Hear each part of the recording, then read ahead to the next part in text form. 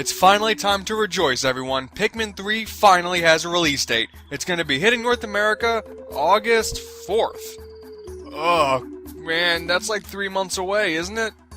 Ugh, fine. I got sick of waiting, so I started going back and replaying the original to get myself more hyped. Now, the original Pikmin was released all the way back in the far-off land of 2001 and was a near-launch title for the GameCube, only missing it by a month.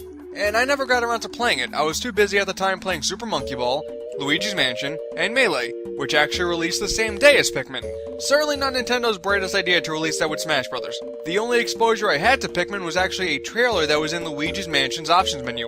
The game always looked incredibly interesting and I loved the music that played, but still I just never actually played the game, or the sequel for that matter. It wasn't until Nintendo decided to enhance the game for the Wii in 2009 for the short-lived new Play Control line, and I finally went and picked it up. And man, I was hooked in no time flat.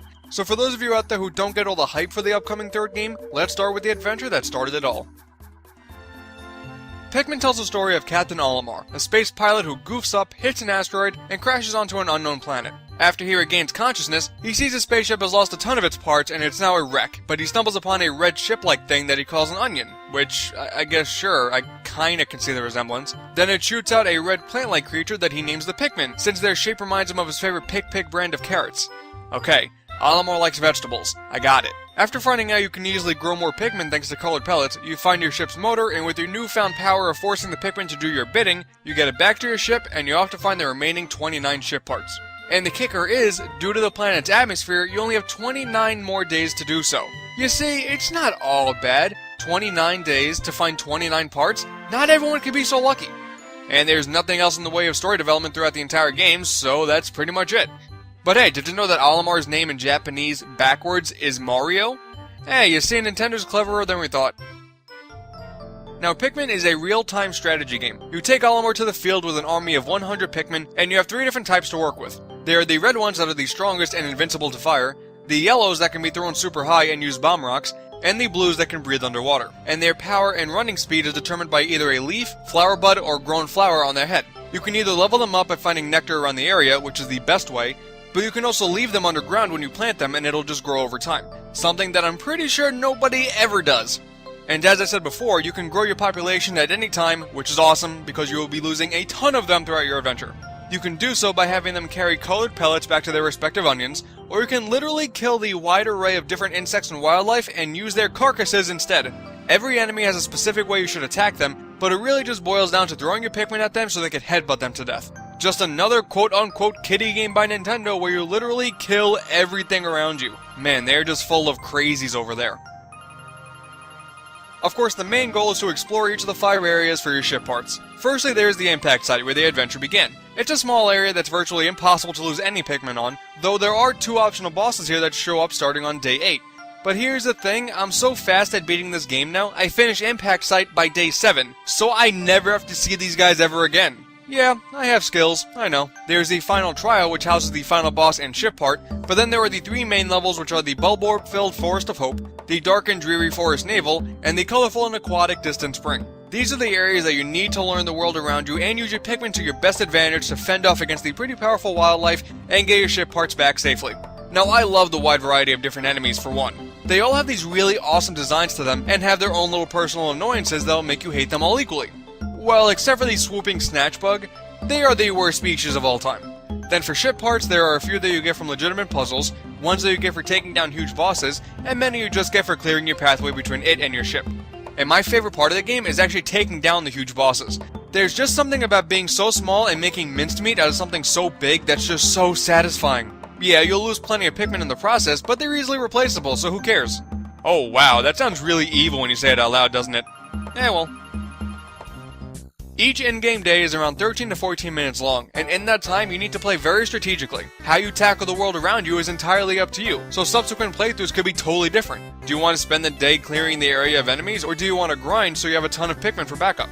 As long as you make sure you're safe by the end of the night and finish the game by day 30, you can do whatever the heck you want. It's easily possible to beat the game in less than 15 days, my current record being 13, and some psychos around the world doing less than that. Now, I'm not really a speedrunner type of guy, even though Metroid is one of my favorite series of all time, but I just can't help trying to finish this game as fast as I possibly can. It's just so addicting. And to add to the addiction, there's also a challenge mode where you can go through any of the levels with a whole new layout of pellets and enemies, and just see how many Pikmin you can get by the end of the day. And you can't get all your ground covered in your time limit, meaning you'll be as helplessly addicted to it as you were in the main game.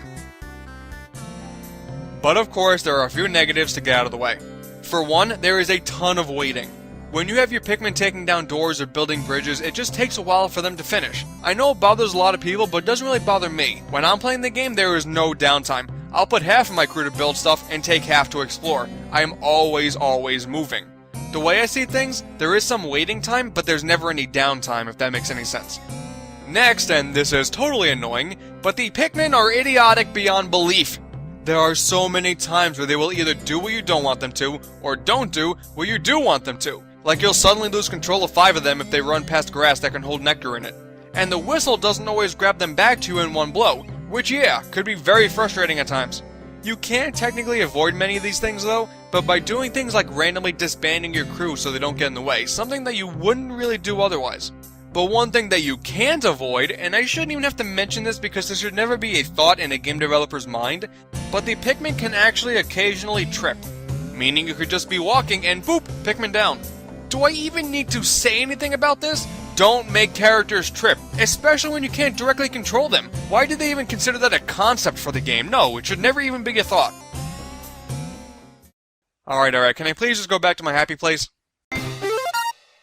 Ah, much better. So yeah, controlling your crew can be quite the hassle at times, but I would say the entire adventure otherwise is worth calling amazing. The game is pretty short, but I'd say it's easily replayable that way. I've currently played it through around 10 or 11 times, and it still hasn't gotten old, which is awesome. The atmosphere and presentation is great as well. I love the realistic art style with all this cartoony wildlife running around, and it's just instantly pleasing to look at. Obviously not as good as the upcoming Pikmin 3, but great nonetheless. The soundtrack is awesome as well. Perfect enough for background music, and memorable enough to stick in your head, it fits the atmosphere perfectly. There's also a nice sense of scale in the game too. Olimar himself is only 0.75 inches tall, and while they don't really take advantage of the small size with this first game, you definitely feel teeny tiny, which is cool. And then there's a few cool tweaks with the Wii version of the game. Mainly, you now control Olimar and your pointer independent, as opposed to the same time with the GameCube version. And pointing is just so natural with this game, I can't even imagine going back and playing the older version, but that's just me. They also added a rewind ability too, so if you want to replay a previous day for better results, hey, go for it. Now the game itself isn't any different from the GameCube version, but to me it definitely seemed like the definitive version. And with that, I can't really think of anything else to say about Pikmin. The Pikmin themselves are incredibly idiotic at times, but aside from that, it's just a fantastic adventure, which is kind of surprising given it's the first game in the series.